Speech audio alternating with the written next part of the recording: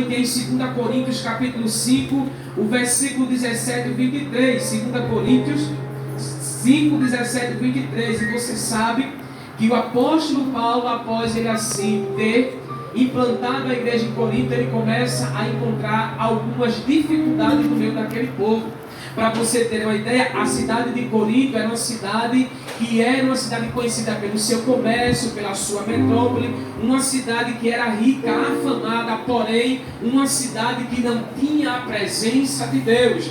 Uma cidade que era referência pelo seu comércio, mas quando se falava de Deus, quando se falava daquilo que era a igreja, automaticamente se entendia que a igreja naquela cidade era uma igreja cheia de problemas. Por quê? Porque aquele povo não estava preocupado em atingir o propósito de Deus, que era a pregação do evangelho, o ganhar de almas. O que mais interessava para eles neste momento era realmente se estabelecer ali na sociedade. Era para eles o necessário, era fazer fama, era realmente ter um cargo de alta elevação, era ser reconhecido na sociedade, aonde a proposta da palavra não era esta. A proposta dentro da cidade de Coríntios era fazer o evangelho crescer e ganhar o maior número de almas possíveis.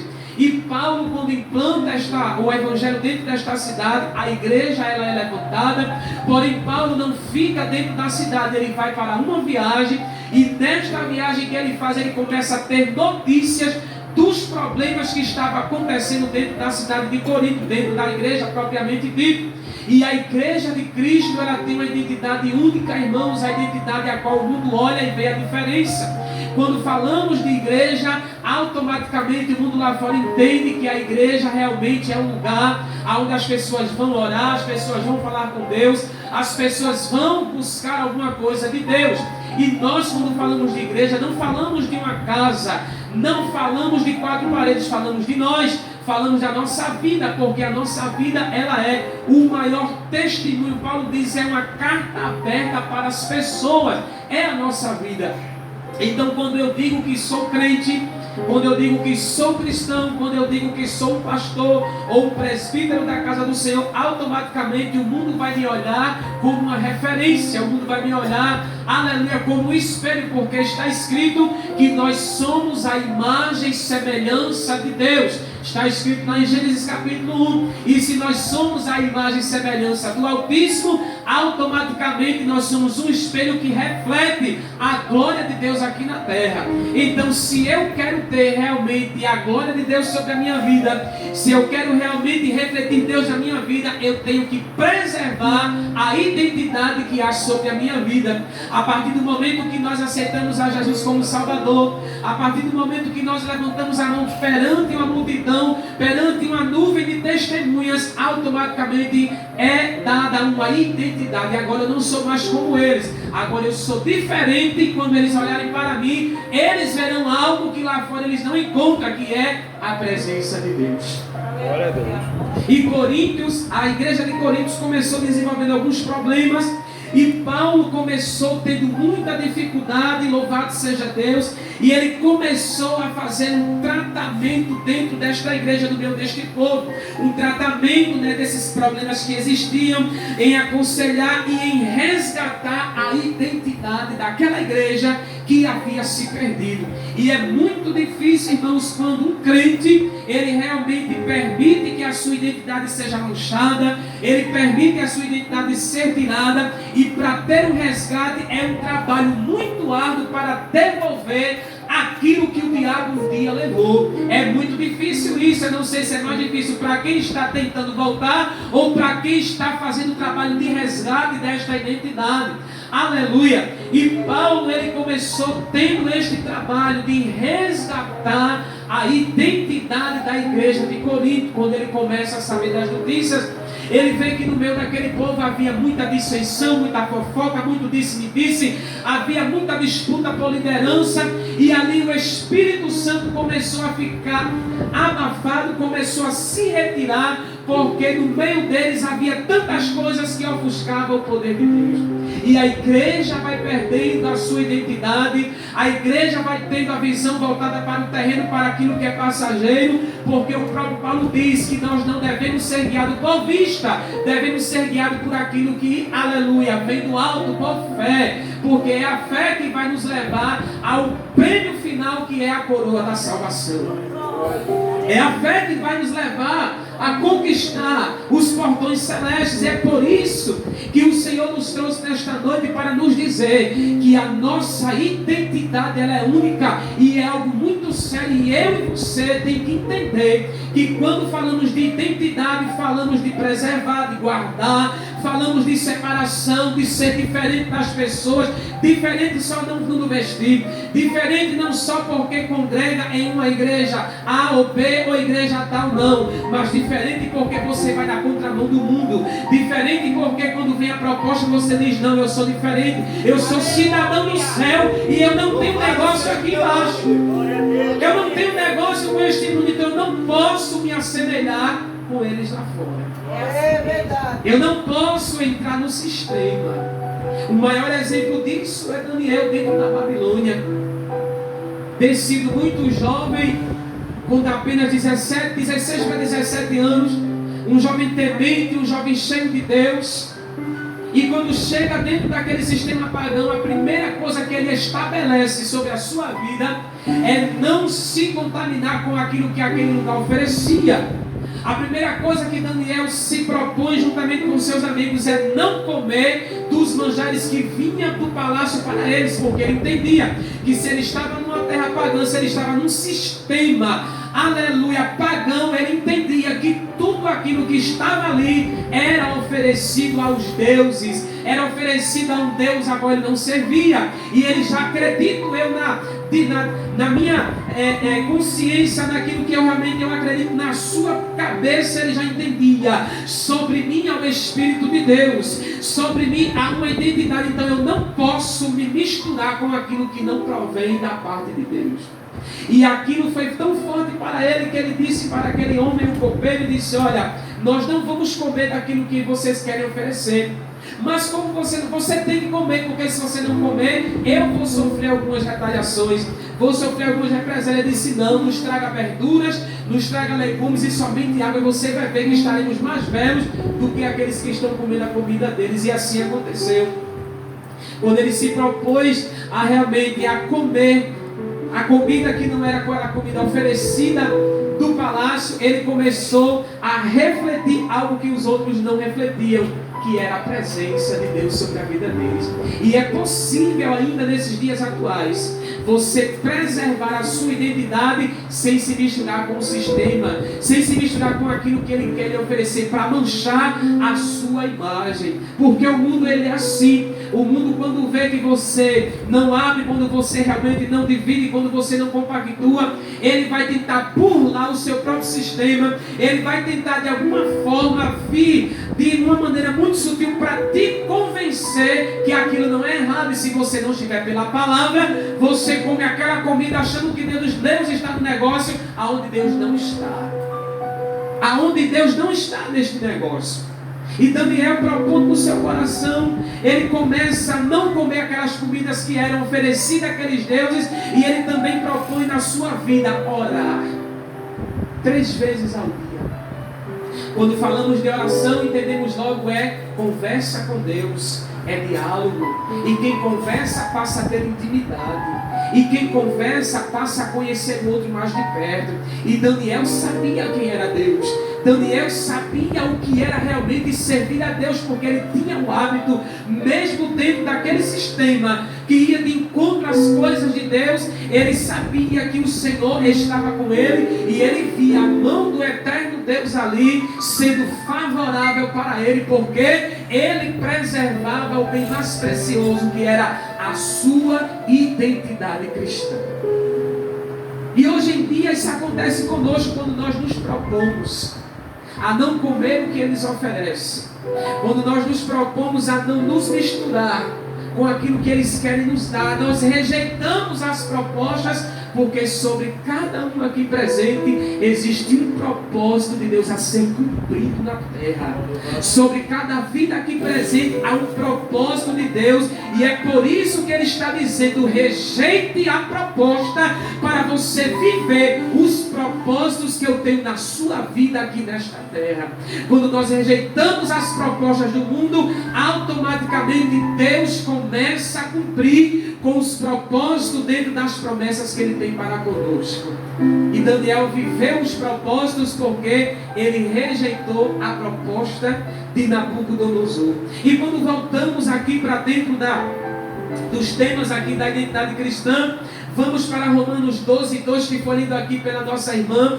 Não vos conformeis com as coisas deste mundo, mas sejam renovados com tudo aquilo que diz respeito ao céu, com tudo aquilo que vem de cima. Quando Paulo começa a dizer aos romanos, ali acaba aos romanos: olha, não vos conformeis com as coisas deste mundo, é porque dentro de Roma também Paulo começou a encontrar problemas, principalmente com os judeus ali naquela época. Os judeus tentando refutar realmente o que era a causa do Evangelho, os judeus querendo realmente ali anular a proposta real do que é Cristo, do que é Jesus, do que é o Evangelho. E Paulo começa a ver os inúmeros problemas e também a conformidade dos crentes de Roma com aquilo que os judeus faziam. Por isso que ele estava dizendo aqui: olha, não se conformem com o que eles querem fazer, não aceitem o que eles querem assim implantar, não aceitem o que eles acham com verdade vindo até vocês. Não vos conformeis com as coisas deste mundo, mas sejam renovados com aquilo que vem de cima, com aquilo que vem do alto. E hoje em dia, na quebra de padrões, na quebra de valores deste mundo, a gente vê muito crente se conformando com o que está acontecendo. A gente vê muito crente baixando a cabeça e o diabo colocando o pé em cima, fazendo ele de tapete, e ele dizendo: não é assim mesmo, eu tenho que aceitar. Não se conforme, porque você não é daqui. Aleluia! Não aceite, porque você não é deste mundo. E você não pode, aleluia, se conformar com aquilo que o homem e o Deus deste século quer implantar neste mundo. Vivemos um momento muito delicado da igreja. Vivemos um momento muito crítico, onde os próprios crentes estão quebrando protocolos, estão quebrando os padrões, porque estão trazendo o mundo para dentro da igreja, aonde é a igreja que tem que influenciar eles lá fora. E o que eu mais vejo, querido, desses dias atuais, aonde eu tenho andado pregando a palavra de Deus, são costumes que o mundo tem e a igreja adota dentro dela para se, de certa forma, eu tenho que implantar para não perder, eu tenho que implantar para chamar. Mentira do diabo, aleluia, mentira do sistema. Você não precisa pegar a lentilha dele para oferecer para a igreja. Você não precisa pegar o que ele quer dar para você e você oferecer na sua igreja, não. Mas você tem que ir na contramão. É ele dizendo que é certo, você dizendo que está errado. É ele dizendo que pode, você dizendo não pode, porque a Bíblia não ensina desta forma. É você se posicionar neste tempo que nós estamos vivendo, na quebra de padrões, na quebra de valores que o mundo está, aleluia, fazendo dia após dia. Recentemente eu vi uma conquista do Senado dos pastores, aonde a lei foi realmente aceita, que os pastores, eles terminantemente não podem fazer os casamentos gays na igreja. Eles estavam tudo comemorando ali, aonde a lei diz que eles não são obrigados a fazer aquilo que a Bíblia realmente abomina. Eles aceitem ou não lá fora, mas Deus estabeleceu um padrão homem e mulher, e contra isso não há fatos nem argumento. Não há fatos nem argumento que realmente possa derrubar o que a Bíblia diz. Homem é homem, mulher é mulher. E a gente vê, queridos, que até tem igrejas aí fora que infelizmente têm adotado uma visão totalmente deturbada daquilo que Deus realmente propõe, e tem aceitado certos tipos de pessoas dentro da igreja e tem se misturado com o povo. Isso tem contaminado o rebanho de Deus. É bem verdade que a Bíblia diz que nós não devemos fazer acepção de pessoas. Isso aí é fato. Eu não posso discriminar alguém pela sua cor. Eu não posso discriminar alguém pela sua posição social. Eu tenho que abraçar a todos de igual modo, mas o que eu não posso é aceitar aquilo que ele pratica achando que está certo, onde a Bíblia me diz que é errado e que Deus não aceita. Isto é não se conformar. Isto é você se posicionar e dizer, olha, Deus não aceita. Então se ele não aceita, eu tenho que ir de encontro àquilo que a palavra dele fala. Por isso que Paulo dizia para os romanos, não vos conformeis. E quando ele diz não vos conformeis, é porque ele queria preservar a identidade daqueles crentes que estavam em Roma. Aqueles crentes que começaram bem, começaram fervorosos, começaram realmente com todo o gás, mas quando veio a opressão, quando veio a perseguição, quando veio aqui esta tese querendo derrubar a verdade, eles começaram a ficar tão ofuscados, tão deprimidos, que eles começaram a aceitar, não podemos fazer muito, o que é que a gente vai fazer? Vamos aceitar, vamos assim nos conformar. Não faça isso. Por mais que você seja perseguido, por mais que você seja rejeitado, por mais que te virem as costas, mas você preserve quem você é. Preserve a sua identidade e vá de encontro com aquilo que o povo quer realmente implantar, com aquilo que o mundo quer trazer para dentro da igreja. Por mais que isso que te custe rejeição, desprezo, abandono, mas seja você. Não abra mão daquilo que Deus confiou a você. Não permita que o sistema manche a tua identidade, porque a proposta do diabo é essa, é nós aceitarmos, nos conformarmos, e com isso a gente vai perdendo a própria essência, vai perdendo a identidade. De repente nem mesmo nós nos conhecemos mais, porque estamos iguais a eles, estamos semelhantes a eles, aonde identidade, irmãos, é coisa única. Existem os gêmeos idênticos, univitelinos, fisicamente iguais em tudo, até a voz, mas quando ele vai fazer o teste da digital, a digital é diferente. A digital dele é única. A digital dele não é igual ao do seu irmão. E identidade dada por Deus é isso, é algo para ser preservado, guardado. E Paulo encontrou esse problema aqui nesta conformidade dos crentes. Por isso que ele advertiu dizendo, vocês não podem aceitar. Aí a gente passa para João 8, 31, 32. O próprio Jesus ali exortando os seus discípulos, dizendo, olha, e conhecereis a verdade, e a verdade vos libertará. E que verdade é essa? A verdade é a luz da palavra. A verdade é Jesus que transforma. A verdade é Jesus que liberta. A verdade é o Jesus que vem resgatar aquilo que o diabo tirou, aquilo que o diabo roubou, subtraiu. A verdade, que é a palavra, ela vem devolver uma identidade que em outrora, aleluia, havia se perdido. Por isso que ele está dizendo aqui, conhecereis a verdade, e a verdade vos libertará. Por quê? Porque muitos aqui já haviam perdido a sua identidade. Muitos aqui se perderam na própria história. E Jesus é aquele que diz lá em Lucas 19, aleluia, no encontro com Zaqueu, no versículo 10 ele diz, porque o Filho do Homem veio buscar e salvar aquilo que se havia perdido. Aleluia.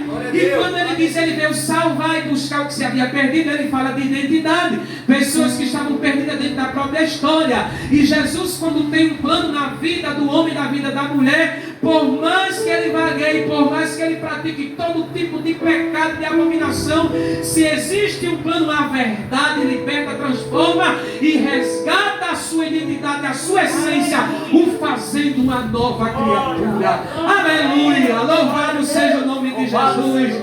Este é o poder, irmãos, da palavra de Deus. É o poder da palavra que transforma, que restaura.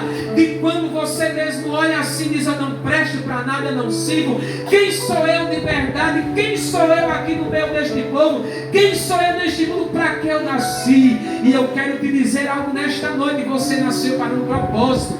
Você nasceu para uma obra. Aleluia. Por mais que o diabo tente te tirar da rota, a palavra de Deus, a palavra que liberta, a palavra que transforma, vai te alcançar, vai te resgatar, ao ponto de você entender quem é você de verdade na presença de Deus. E esta palavra, queridos, ela é muito tremenda, ela é tão eficaz, que ela também tem resgatado a identidade dos crentes dentro da própria igreja. Porque tem crente dentro da igreja que não sabe realmente quem ele é de verdade, né, pastor? Tem crente dentro da igreja que ele só está fazendo número, ocupando cadeira, ocupando banco. E ele começa olhando para um e para outro, e vendo cada um com a sua essência. E ele olha para ele mesmo e diz: mas por que eu estou aqui? Eu estou servindo em quê aqui? Ele começa com aquele conflito, com aquela crise existencial, ao ponto dele achar que não serve para muita coisa. Aí vem a palavra de Deus, vem Jesus dentro deste contexto, aleluia, dizendo: olha, a palavra, ela quando entra, ela traz verdade, ela traz identidade, ela traz essência. E quando alguém conhece esta verdade, quando conhece realmente o que é palavra, ele começa a entender o real propósito que Deus tem na sua vida. Glória a Deus. Jesus, ele veio para isso. Por isso que ele diz aqui na sua palavra: e conhecereis a verdade, e ela vos libertará. Jesus, ele sendo a própria verdade, ele resgata a identidade dos homens no decurso da sua própria história. Aí passamos para 2 Reis capítulo 5, 2 e 3. Uma passagem também muito maravilhosa, tremenda. Quando Naamã, conhecido de todos nós, chefe real da guarda do rei da Síria, vai para Samaria, e ali ele traz uma menina para ser sua serva ou escrava. Algumas Bíblias dizem serva, outros dizem escrava. Mas esta menina, ela tinha um diferencial. Ela tinha algo muito extraordinário. Ela tinha a presença de Deus sobre a sua vida. E quando se tem presença de Deus, mesmo quando é tirado, subtraído, mesmo quando é privado daquilo que é seu por direito, aonde você chega, você brilha com Deus. Sabe por quê? Porque você tem uma identidade com Ele. Glória a Deus. E esta menina tinha esta identidade muito latente, muito evidente aqui nesta passagem. Naamã, a Bíblia vai dizer que ele era um homem muito importante, conhecido, respeitado, porém ele tinha algo que ninguém sabia: ele era leproso. E a Bíblia vai dizer que sobre as suas roupas finas e caras havia uma doença que era contagiosa. E se esta doença fosse revelada sobre a vida dele, ele perderia o prestígio, ele perderia, aleluia, direitos, perderia privilégios, porque a doença nesta época era uma doença tão séria que a pessoa teria que ser tirada do seu âmbito social e levada para um vale, levada para ficar reclusa, apartada da sua família.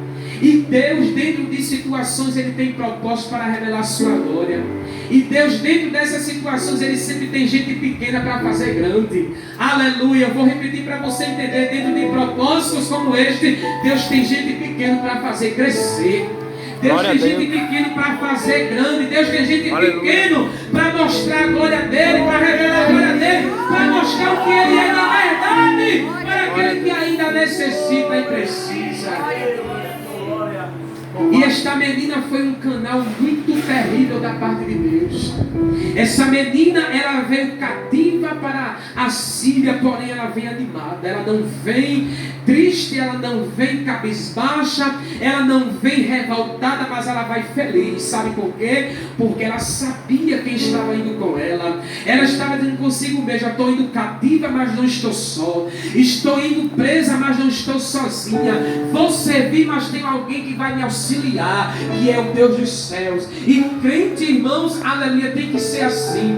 Mesmo estando em lugar que não quer, mesmo estando na mão do opressor, ele tem que ter isto com ele, como esta menina. Estou privado, estou cativo, aleluia, estou aqui realmente dependendo desse sistema, mas sei quem sou. Eu sei aqui, eu sei quem sou, e sei a quem tenho servido, e sei a quem eu tenho crido. Isto é identidade, irmãos.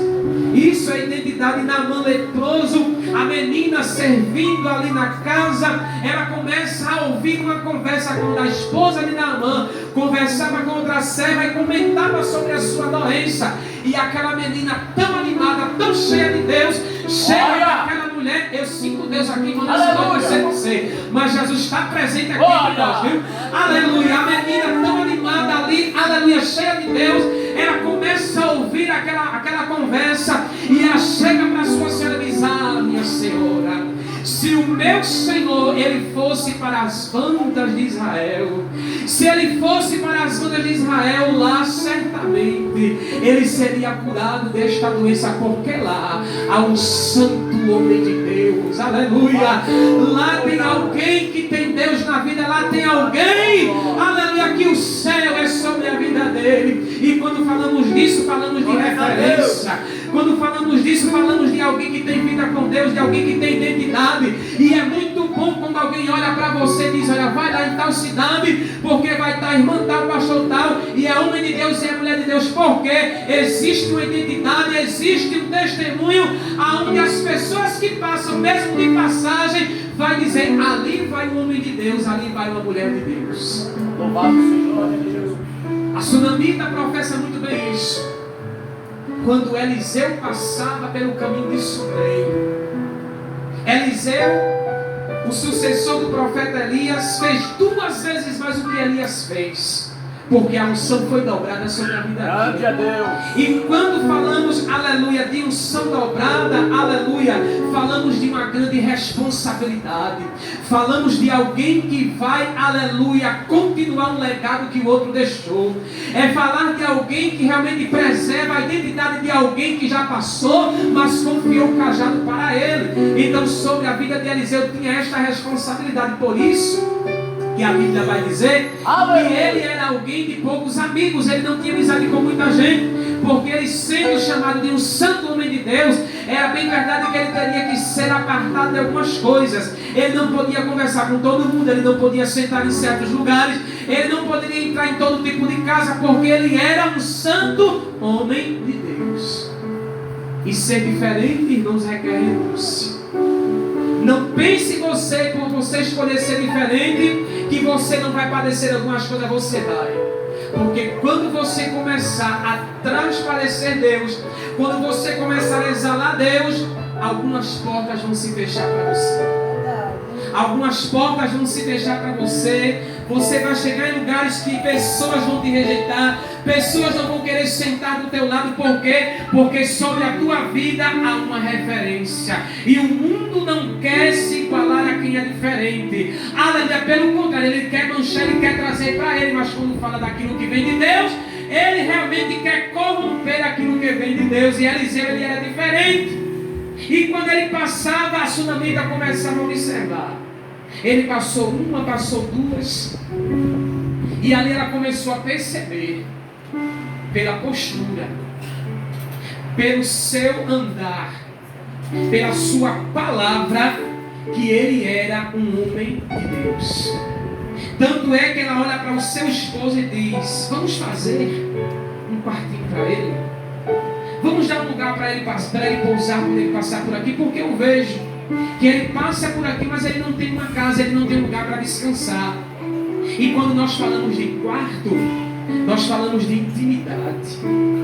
Quando falamos de quarto, falamos de momento de resiliência, de quietude com Deus. E era isso que Eliseu necessitava, de um lugar que ele repousasse e ele tivesse ali realmente uma intimidade com Deus de maneira inigualável. E ela, olhando para o seu esposo, disse: vamos fazer um quarto para ele. Aí você pode perguntar: mas na casa dela não tinha outros quartos?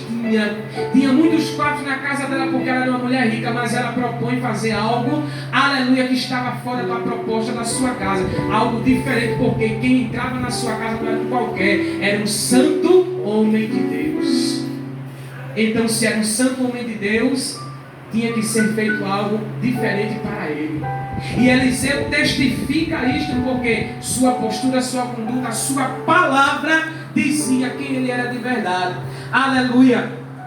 E a gente, levando já para o final, 1 Coríntios capítulo 6, versículo 12: tudo me é lícito, mas nem tudo me convém fazer. Eu posso fazer aquilo que eu quero, eu posso fazer aquilo que realmente eu desejo, mas a minha identidade, ela vai me limitar para eu não me igualar com os que estão lá fora. Eu posso, aleluia, beber, posso. Eu posso realmente ir para uma noitada, eu posso. Eu posso fazer tantas coisas, posso, mas a Bíblia diz: mas não é lícito. Não é isso, sabe por quê? Você tem uma marca. Você tem uma identidade. E tem muito crente, aleluia, moderno nesses últimos dias, que eu fico observando, irmãos, é muito crente que prega a palavra, que canta tão bonito, mas quando a gente vai ver, as práticas dele é igual às práticas do mundo. E ainda abre a boca para dizer, mas a Bíblia diz lá em Eclesiastes que tudo debaixo do céu é vaidade. É verdade. É vaidade, mas esquece que Paulo afirma aqui, é lícito, mas não me convém fazer. Por quê? Porque minha casa não é aqui. Eu não fiz negócio para ficar aqui, como disse Samuel Mariano. Eu não tenho negócio para ficar aqui. Eu não fiz negócio para ficar aqui. O meu negócio é para assumir. Muitos querem reencarnar. Muitos acreditam, aleluia, numa morte no corpo que morre hoje, mas o espírito vai renascer mais na frente. Mas a Bíblia diz lá em Hebreus que ao homem foi dado somente um direito de morrer. Nasceu, morreu e vai aguardar o juízo de Deus. Aleluia. Vai aguardar o grande dia onde será dada uma sentença. E é por isso que nos dias atuais, você como crente, você como servo de Deus, como homem de Deus, mulher de Deus, você tem que realmente correr contra o tempo, se preservando, trabalhando para Deus, porque neste dia o Senhor vai te chamar e Ele vai pedir as tuas mãos e vai dizer, mostra as tuas mãos, e Ele vai ver aonde estavam as tuas mãos. Aleluia, se era dentro da obra, se era no arado ou se era nas coisas do mundo. Aleluia, a Bíblia vai dizer que o Senhor, Ele vai trazer à tona, querido, aleluia, pecados sobre as nossas vidas que nós nem mesmo nós lembramos, mas que foram registrados, aleluia, que foram realmente escritos, e haverá a abertura do livro e ali será revelado muitas coisas que nós nem imaginamos. Isso é muito sério, irmão. Isso é muito sério. Hoje a gente tem que ter essa preocupação. É você se autopreservar. É você realmente ir para a frente do espelho e fazer uma retrospectiva na sua vida. Quem eu era um dia, quem eu fui e quem eu sou hoje na presença de Deus. O que eu praticava lá atrás e o que eu não pratico mais hoje. E isso você vai pesando ao ponto de você ver, Jesus, o Senhor me deu uma oportunidade grande. O Senhor me concedeu uma oportunidade, porque se o Senhor não chegasse na minha vida, certamente eu não estaria aqui. Eu acredito que aqui tem pessoas que Deus, se não chegasse na tua história, nem vivo mais você estaria. Se o Senhor não tivesse entrado na tua vida com o plano da salvação, nem mais você estaria. Mas Ele, por te amar, por ter negócio na tua vida, por ter uma obra na tua vida, Ele te salvou, Ele te resgatou, Ele te deu um nome, te deu uma identidade. E é por isso que Ele está dizendo, preserve aquilo que eu lhe dei, honre aquilo que eu lhe dei, porque nesta hora existem milhares que estão descendo a sepultura sem ter o conhecimento pleno das santas escrituras de Deus. É por isso que Jesus está dizendo aqui para nós, o que você tem é muito precioso. O que você tem, aleluia, foi pago com um alto preço, com preço de sangue. Um inocente teve que morrer numa cruz, numa morte muito vergonhosa, que só cabia, aleluia, para